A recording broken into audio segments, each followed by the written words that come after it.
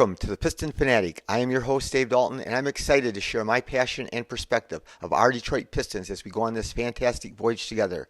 I've been a diehard Piston fan since the days of Dave Bing and Bob Lanier. I've also been the varsity basketball coach of a very successful program in northern Michigan. Well, Piston fans, today we're going to talk about the open practice that just took place yesterday, which was Sunday, that I attended. And we're also going to talk about the hot topic in Piston Nation about Jaden Ivey not starting, the rotation, and all the possibilities. So let's get started. So I drove down, I was excited to go because I thought, when you're in person, you get to see and you get to feel and you get an idea about a lot of things when you see people in person. That's why I like to go to games that are live. I like to watch guys warm up before games and see their process and how they go about it and how their shot looks and stuff. But anyway, it's like about a 4-hour drive for me, and it's not that much fun for me. When you drive down 75 and my GPS tells me to get off the 75 at this exit, but then that exit ramp's closed. And I go to the next exit, it tells me closed. Next exit, closed. So I went to about 4 exits, and I finally was able to end up south of Little Caesars. Then I had to come back north before I could get on a exit north on the northbound 75 that let me get into where I could go to Little Caesars. So anyway, it was disappointing though because they didn't seem as organized last year. I mean, I'm very confident that Monty's a much better coach than we had last year, Coach Casey. But this practice, I have a feeling that maybe they had practiced earlier and then went back into their locker room or maybe watched some film or whatever, and then they kind of wandered out and then they kind of ran through some drills and some shooting drills and some defensive drills and some transition offense drills, and it was okay. But last year everything seemed to be really concise and organized. And then the best part though is they scrimmaged, and so you had everybody on the team was involved in the scrimmage, so you got to see everybody play, which is better than a preseason game where maybe everybody plays but people all get limited minutes. So that was very disappointing. So I don't think I would have driven all the way down there. But anyway, I did get to see some things that happened, and it still was fun. The coolest thing was to see that our team does have a great camaraderie. There's just a real good vibe about the team. You saw a lot of guys smiling and having fun, and you could tell that they like each other, and so that was a cool thing. I also got to see Monty Morris. Sorry about that. Monty Morris working out he was working out real hard, and so I don't know if he'll be playing Thursday in the preseason game, but he seemed like he was shooting the ball really well. I saw him running some sprints, so he will probably be back. Another thing that was really encouraging is Duran and Cade were both, they missed the last preseason game, but they were both dunking and running and playing, the drills. They didn't scrimmage, but I wondered what was going to happen. I was worried that Cade wouldn't get to scrimmage because he didn't practice on Saturday, so I didn't know that they let him do it on Sunday. But anyway, they didn't play, but they looked completely fine, and so that's a relief. And so hopefully they'll get to play Thursday. I saw some cool things with different guys that I love the way that Burks and Joe Harris, how they get along and joke and laugh with everybody. Obviously, Cade has got a great sense of humor. Monty's talked about that. The two things he likes most about Cade is how hard he works, but he didn't know what a great sense of humor and how he could get you with his humor quite often. So Monty said that we already knew, there was a thing about Monty talking about Duran getting to start, and I know that it puzzled me a little bit because he's saying, that there are things that they heard about watching Duran play this summer and talking to people, and he said especially talking to Troy. So that really gave us a little bit of insight that, Monty really does, take strongly into consideration whatever Troy wants. Not that he has to do it that way, but he said that, based on all those things that Duran was probably earned the starting position. Well, guess what? We knew that. I mean, we knew that he said before this, he said that Bagley and Weissman were battling it out for the backup center position. So I guess you could have thought maybe Stu was going to be the starting center, but I don't think so. I think everybody knows that Stu was going to be the four, and so that was just fascinating to me that came out and said that to kind of announce that Duran was the starter when we already knew Duran was the starter based on the fact that Bagley and Weissman were going to be the backups. He said Bagley and Weissman, and I got to see it firsthand at the open practice. Bagley and Weissman hang out together, and they have a great spirit, and they worked hard, and it just was fun to see them interact together. You could see that they kind of came out together. I got a feeling that they're really close, and Troy or Monty had said that from his office, he can see those two guys working together before and after and staying late to get, work on their games, and they're doing it together. So that is a cool thing. So, there's the big controversy about the biggest thing in Piston Nation is Ivey not starting. And so I think, me included, we want Ivey to start. And obviously we have no say in the matter. And when Ivey didn't start the first game, it got Piston people all excited and the fans all excited and the podcasters all excited. And then they were all excited and ramped up. And then what happens, Cade doesn't play and he still doesn't start. And so that really, I think, I don't know how much people reacted to that. That would seem to really put people in a tizzy. But he's a great player. He's worked real hard, and people try to figure out what is going on. And does he think that he's just not one of the best players? Does he think he could give us a spark off the bench? Are they afraid that if they don't start Bogey, that his trade value will go down? And, there is something to be said, we're fans of Vinnie Johnson coming off the bench, the microwave, and Ivey certainly could do that. I'm just going to tell you, I listened to a great podcast just this week by, JJ Redick. I'm a big fan, and he had Tyrese Maxey from the Philadelphia 76ers, and he's phenomenal, and he's going to be an all-star here pretty soon, if not this year, probably the next year. But he talked at length about how it hurt him and how it troubled him and affected him when he came in as a young player. Everything didn't go right at first. He didn't always play. He was on a really good team with good players, and so he gradually worked his way up till he got to be a starter, played extremely well, and then he got injured, and then it's like, when he came back and he was healthy and he was playing well and he lost his starting spot, and he said how that got in his head. So that is a concern of mine about how players can be affected. They're humans, they are not robots, how it affects their psyche. And I just think that's, hopefully that doesn't affect Ivey, because he is just a great kid, and you could see that at the open practice, what a great spirit he has, how fired up he gets when they're having a shooting competition, and how he laughs when different things happen. But you can tell how he's, I think, a little bit sensitive. I think he's one of the more sensitive players with a big heart, and you've seen him get mad like at times on the court, and he doesn't always react great. I don't think that is a huge negative thing. I don't think he's not like a hothead or anybody like Luka that just loses his temper every time a teammate, or especially the refs, don't do something that he likes. And so I just hope that it doesn't affect him. Like I said, the first exhibition game, he played fantastic. And then this last one, he seemed to be really anxious and ramped up and trying to score every time he touched it. And so I don't know, but it's going to be a long thing that we're going to be watching, and who knows, he might start the season, he might start the next preseason game, he might be sixth man all year.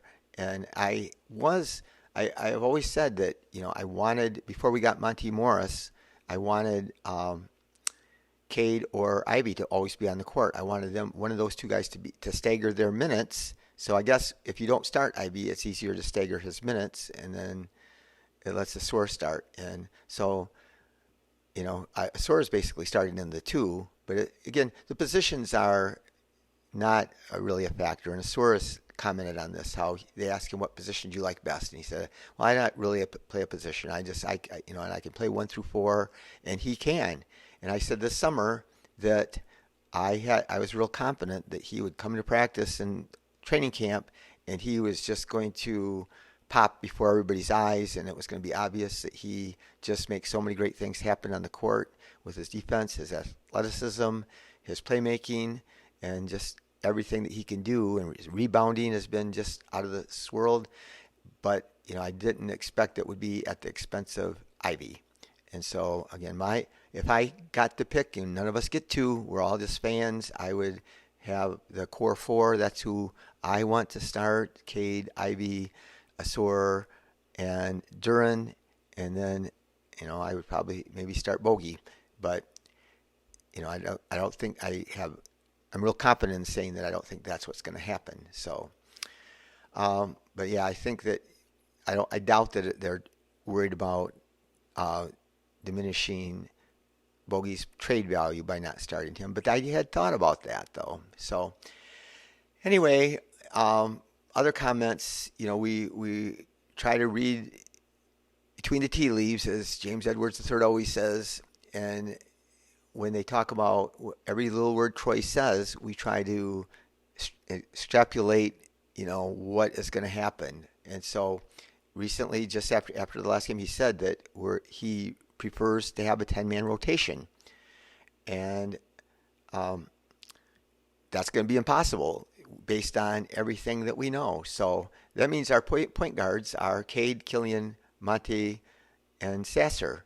And Troy's made comments, not Troy, Monty Williams has made comments about how good Killian's played, which he has played really good, and saying how he's tells Killian, if you bust your butt and you play hard and good, you're going to be on the court. And he told him you should have your goal should be to be a starting point guard in the NBA. Okay, well, all right. Well, you're going to take Cade's place. Obviously, they can play Killian at different positions, but he's told him a starting point guard.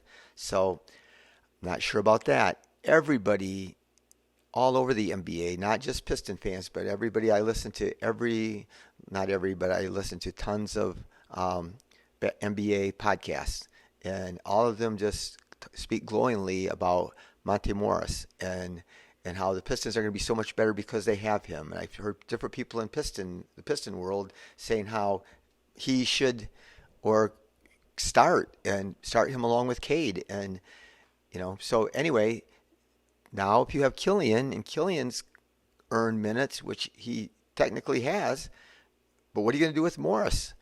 And then Sasser comes along, and Sasser was just out of this world on the last preseason game against OKC. He was phenomenal. And Monty's talked about him. He said, that he's tough and he's gritty, and if he plays hard, it's going to be hard to keep him off the court. Well, you know what? You can't play all those guys. And then Burks obviously deserves to play, and some people think that Harris is a shooting guard. And so you got Asor and Ivy and Harris playing shooting guard, which of course, again, you can slide Sasser to shooting guard. You can play Monty Morris off the ball. You can play Killian off the ball. So all those guys can play shooting guard. Because then on the depth chart, again, I got this, James Edwards III put this on his recent article on The Athletic, and said that when he broke down the depth chart, he had the small forwards were Bogey and Burks. Well, Burks, I always thought was a shooting guard, but he can play small forward. But like I started talking about this earlier, that Asor said about how different people, there's not really positions. So Killian could play the 1 through 3, Cade could play the 1 through 3, Monty and Sasser could play 1 or 2. Different guys could play. Harris could play the 3. So there's a lot of things. So this depth chart doesn't really exactly work. And then he had on there for the power forward was Stu and Livers. Well, Stu's not always great, and Livers is injured till probably December. And so obviously somebody's going to have to slide in there. They're either going to have to play 2 bigs, which I don't doubt they'll do, but they can play, again, Bogey can play the 4, and Asur could play the 4. So, and then like I said, I've said this on prior podcasts, that, when you have those positions, you can have the matchups. It's based on the matchups. It's not necessarily you want to assign a guy a number. You could play the 4 on defense, and you could play the 3 on offense. or with Asur, he could guard the 4 and play the 2 on offense. And so you just, when it comes to like Asur being on the court with Bogey at the same time, you just give Asar the best player. Whoever's the better offensive player, that's who he would guard. And so, I think that it's going to be a fun ride. It's going to be, like I said, that we're on this fantastic voyage together, but it's going to be real interesting what happens. So anyway, then he has the centers being Duran, Bagley, and Weissman. And so guess what? Those guys that I named that all we've known about and now I thought Sasser, Harris, and Killian were going to be out of the rotation, and either Bagley or Weissman, and then that would be 10 players. But now you put those guys, if Sasser and Killian and Weissman and Bagley both get to play some, that's 14 guys, and so that is he'd rather have 10 in his rotation, Coach Williams, but that's even hard to me, I think, to give guys the minutes that you would want your better players. 9 players is a better rotation to me if I were probably NBA coach. And then we have Stanley Imude, and I get a kick. One of a prominent Piston podcaster called him Imude, and repeatedly, and so I make mistakes with pronunciations of players also. So but it's funny, phonetically it's it's a French name, I think. So he's been phenomenal, and so some people think that he might get the 15th roster spot that we have, but I know they're holding it open to try to have some flexibility, Troy said, so that they can, if we can sign a player off waivers, or if we do make a trade, then it will be helpful to have that extra spot to slide someone into. So I'm a little concerned Thursday night, Valley Sports isn't going to have the Oklahoma City game, and I'm hoping that, and I have NBA League Pass, so I'm hoping that the Oklahoma City, that their people pick that up and telecast that so I can watch it on League Pass. So because I'm literally looking forward to it. I'm hoping Duran plays, and I'm hoping Duran guards Chet. I think Duran will take that challenge on, and I think Duran can move his feet. Chet is phenomenal. Chet looks so good, even better than I thought he would. But I'm excited because I think that Duran can give him some battle, and Duran can move his feet. Duran can't. Chet has this advantage. He's 7 foot tall, but he can take guys out on the perimeter, and he can shoot the 3. He can drive to the basket. But I'm also looking forward to the rematch for Shea, Gilgeous-Alexander, and Asur, and that was so much fun to watch. And that gives us some insight and something to look forward to for however long we have Asur, that he's going to be able to guard guys like that, because you can't stop guys that are that great. Shea's phenomenal. And there's another Piston podcaster that calls him Shy, and again, that's just his name's Shai, so Shea, and that's what it's pronounced. But anyway, I hope that I get to see those matchups on Thursday. So, again, I so optimistic going into the season, and the more I look at things and the more I watch our team play, it's just 2 exhibition games, and you certainly can't overreact to those because anything can happen. And Kay didn't even play in one, and we got Bogey's not played at all. Bogey was at the open practice, but he was just in shorts and a shirt. He didn't even participate in shooting drills. And so I'm not sure if he is going to be ready for the regular season. It's supposed to be some calf injury, but I don't know what's going to happen there. But so I hear all these, again, I listen to all these podcasts, and they talk about all these teams, and what they have to do is when you try to project the over-under or a team's record, you have to go through the whole NBA, and then there's only so many wins and so many losses that you have to assign that have to all add up. Because most people would, I hear these guys say, do you like the over-under on this team? And it seems like every telecast I listen to, a majority of the podcasters, and a lot of them are really bright, smarter than me, but they always take the over. Well, if everybody gets the over, then there's going to be too many wins and not enough losses. So the problem is, so I heard somebody say today on a podcast that the bottom of the West, which the West is harder than the East, so we're fortunate there, is Portland, Houston, and San Antonio. and those teams are good, and it's just that they're young. And, we worry about, and I was optimistic that Monty Williams is a great coach, and his defenses have been real good, and Dan Burke is a great defensive coach. But the reality is that, like last year, all the teams in the bottom of the NBA in team defense were the youngest teams, which are the Pistons. And so I watched Portland play the other night, and they got this gifted, Scoot. And I'm going to tell you, little tip for your fantasy leagues, pick up Anthony Simons. He is unbelievable. And Scoot looked fine. Scoot didn't blow me away. He played good, but I don't think he's not that good of a shooter. And Simons is so good. Simons is better right now. Scoot could end up being better, but Simons can shoot the lights out. He can shoot the lights out. He can shoot threes. He was out of this world this past season on threes and contested threes and threes off the dribble. But they have Ayton, who's a really good center, and then they have Shaden Sharp. They have a really good team, and everybody thinks they're going to finish at the bottom, even with all those good players. And they got those guys from Boston in the trade. They got Robert Williams, and then the other guy that came from Indiana. Can't think of his name, but anyway, he's an older player. They're probably going to try to trade him, but he's really good. He was sixth man of the year in the NBA. I don't know why I can't think of his name, but I watched him play for years. So anyway, they're at the bottom. The Rockets have Fred VanVleet and Brooks, and they're loaded. Parker, another guy for your fantasy team, is to pick up Parker Jr. from the Rockets. He is going to have a big time year and shoot and rebound. He's a good defender too.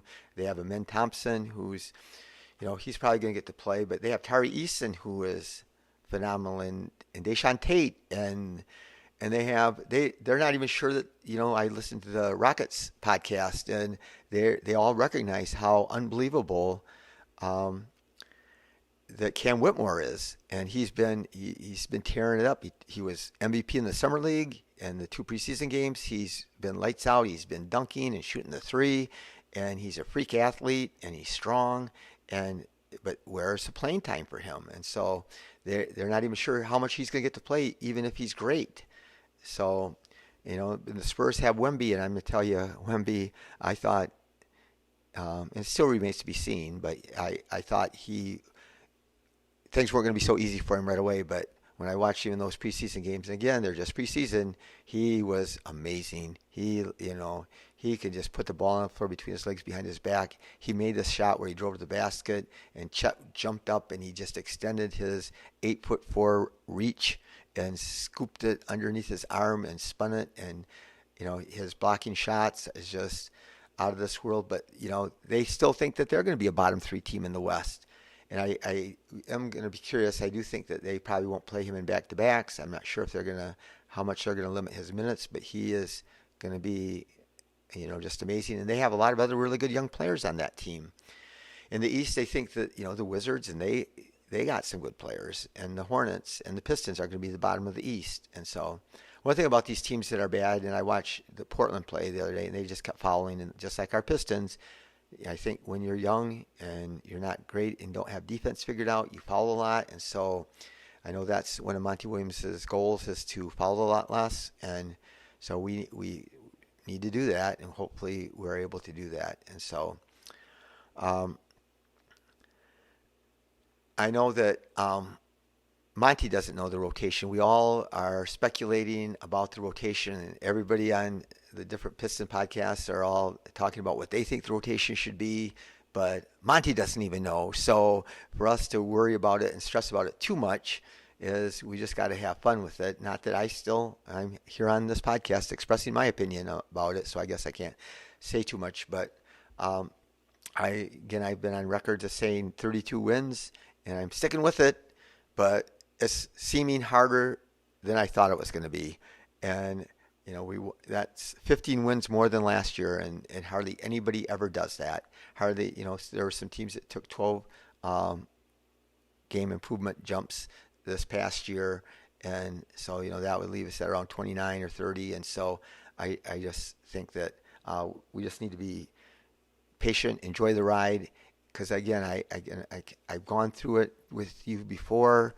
The teams that win are teams that have players that are 26, 27, 28, and that's when the core of your players, and most of your players' team, those are the teams that win championships. That's when players improve a lot and get better, and so I think that we're going to try hard to win. We're not going to be tanking. I'm against us trying to tank and sit in players. I want us to play, like Troy said, 82. Try to win. We're going to try to fight and win all 82 games. But the reality is, we are probably going to finish in the bottom 6. So, that's going to get us a high draft pick, and maybe we'll have some lottery luck. And I'm going to tell you, there's some really good power forwards, some 6'8" to 6'10", or even there's a 7'1" guy, Sar, that is phenomenal, that can play, that he will be he'll play the 4. He'll play the power forwards position, and he can shoot, and he's active and athletic, and he can defend really well. But there's a bunch of guys in the draft that I think would fit the mold for that. And I know that's not what you want to hear, Piston fans. I know you're tired of losing, and I think we'll win more, but I think that we're going to play way better. And again, I just think we're going to be so much fun to watch. And there's going to be stretches where you're going to be frustrated, but if you let yourself get frustrated, it's like if you're a golfer. I'm not a golfer, but I just know I have a lot of friends that are golfers, and you can enjoy golfing, but you need to know that you're not going to be consistently good in golf. And so a lot of people just end up hating themselves. My friends that are golfers, but if you don't take it too seriously, you can enjoy it. And so I think that's what us Piston fans need to do this year. So I just want you to know that I appreciate everyone that listens to this podcast. And if you know anybody that loves the Pistons, please tell them about it. If you're listening on Spotify, please subscribe and click the thumbs up button. If you're listening, no, not on Spotify. If you're listening on YouTube, subscribe and leave the thumbs up. And then also, if you're listening on Spotify, then leave a 5-star review. But be the reason that somebody feels loved and cared for. Give somebody a call. Do a favor for somebody, make their day better, and go Pistons.